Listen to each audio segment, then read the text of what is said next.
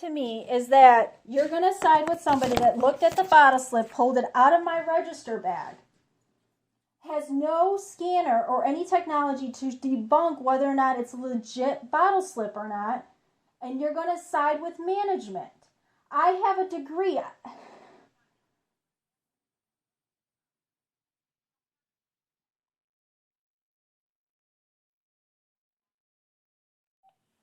found that it is fake. They did not hold you accountable for this. So I'm not understanding why we need to go into detail about why we feel that it was fake. Well, because I would like an answer. If you're going to coach me on it, and I'm going to have questions. They didn't coach you, ma'am. But no, no coaching. But hold on. But you are showing me. You're showing me a glimpse of what would have happened had I sat in that office with her, with this bottle slip, and I'm here having questions. I'm a human being. I have the nature to ask questions as to why it's considered that or how are they seeing it. If you don't have something to detect it and you're just going off a visual, after all the things that could possibly go wrong with the printer and her saying that customers can steal paper or companies can steal it, she stated it, and then she ended that people are bad. So I guess my question is that how can you possibly be defending the management when I'm over here saying, look, I have a degree in IT, I have an actual legit degree, and it's also in cybersecurity. So this goes totally against what I'm asking questions about. Yes, I'm going to ask questions because you're over here saying that I am not understanding, but yet you're not providing me any answers for me to say, hey, look, wait a minute, maybe I'm in the wrong. You're not even allowing that to happen. So I haven't told you what I'm going to do, ma'am. So you haven't heard what my process is. So what I'll do from here is I will get the information about the slip, and I will find out if it was a fake slip or not. But I will not go through the details about what my findings are. I can only let you know if it was a fake slip or not a fake slip. That's how the process works. So I'm not defending the management because I don't have the slip in front of me. So I haven't even looked at the slip. I haven't even contacted management at the store, so they don't even know that you have an open door at this point. Okay, so then now my question is that how do I know? So how do I know if you're on my how do I know you're going to be telling me the fact when you tell back to me, and how do I know you're just going to make up something? Where's the trust here? Everything is documented in my case. And if you would like to dispute the case once I am completed with it, you are more than welcome to contact my senior manager. They will look into the case and see if I did a full investigation. Well, no, that's not what I'm getting at. What I'm getting at is what if you're conveying the correct information and you're not just conveying information just to supporting the company. That's what I'm getting at. I'm not here to support the company, ma'am. I'm here to support the associates. Okay. Okay. So, do you have any questions about what my process is that I'm about to take? I'd love to know what the process is. I'm not against what the process is. I just want to know, and I just want to be prepared for it. That's all. Okay. What do you want to be prepared for? Well, just how our conversation went is exactly how the conversation would have went with Kelly. Okay, and all I'm doing is presenting actual facts of science that I have studied in textbooks based on my degree, saying that there is. You're not in our cybersecurity, ma'am, and you're not in our technical department, so you can't make allegations that you can't support. If you understood our cybersecurity and our technical support, then you would be able to have a leg to stand on that. But you're throwing out that you have a degree and everything, and that doesn't support our business. Do you understand what I'm saying? You're not in our cybersecurity, so you can't tell me what is fake and what is not.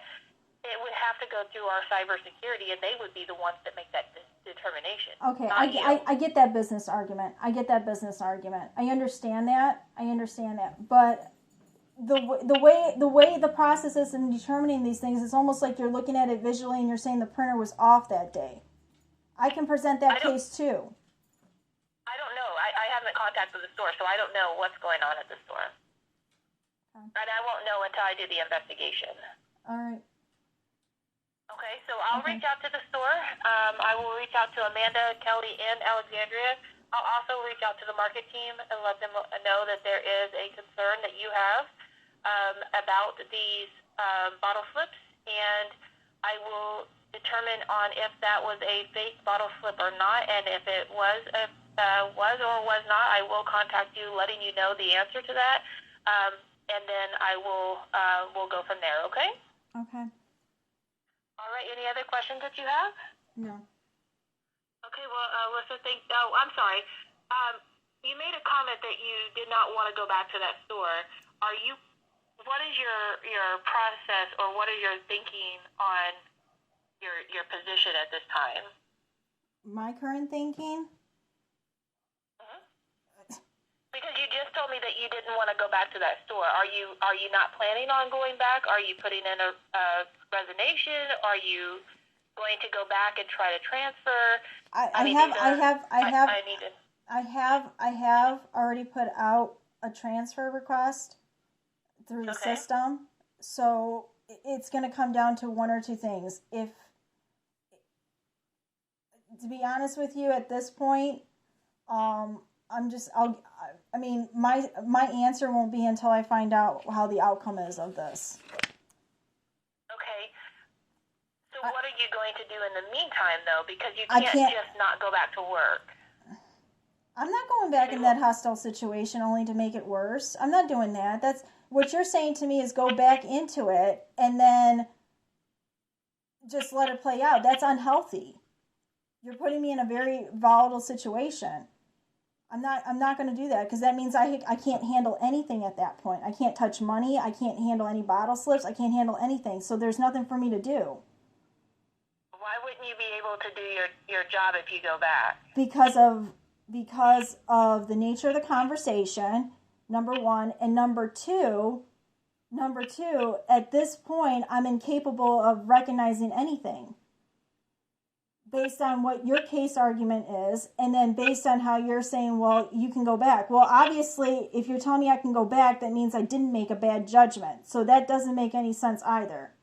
I'm not going to go. Okay, you're putting words in my mouth. I'm not putting words in your mouth. It's just logic. I'm just saying it's all logic based, and all I'm saying is that please don't put me back. Don't make me go in there, because I'm not going to be able to handle anything. I'm not going to be able to physically handle any transactions based on what just took place. Okay, so I don't understand that, and so you have two options. Either you will be able to work your schedule, or you would need to get on a scheduled leave of absence and take a personal leave of absence. Those will be your only two options. Otherwise, the store will end up terminating you for job abandonment if you don't return back to work. Okay, so we can't just tell the store that you're not going to return to work. That's not how this works. Okay, so personal leave of absence, how does this work then? You have to call Sedgwick and request it, and then the store would have to make a determination if they will approve it or not. Okay, let me ask this other question. If I decide to put in my 2 weeks, are you still going to be able to do the case or not? Yes, I still work the case regardless. But even if you put in your 2 weeks, you would still need to work those 2 weeks. Okay, I will take a personal leave of absence then. I'm not subjecting myself to that situation. Okay. So do you know the information to contact Sedgwick to do that, or do you need me to give you that information? To make sure we're all on the same page, please give me that information.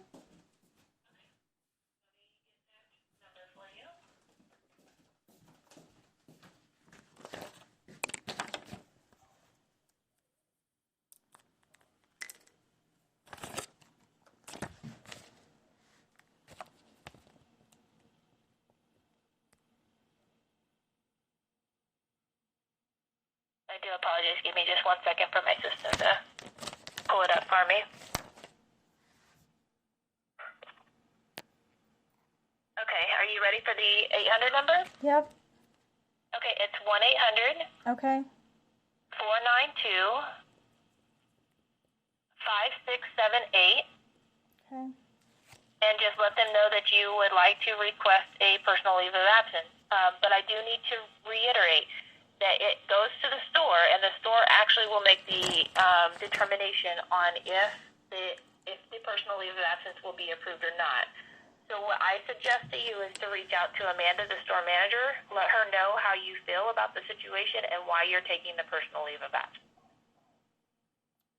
Okay. Okay, so that way at least she understands, and then you have a better chance of getting that approved.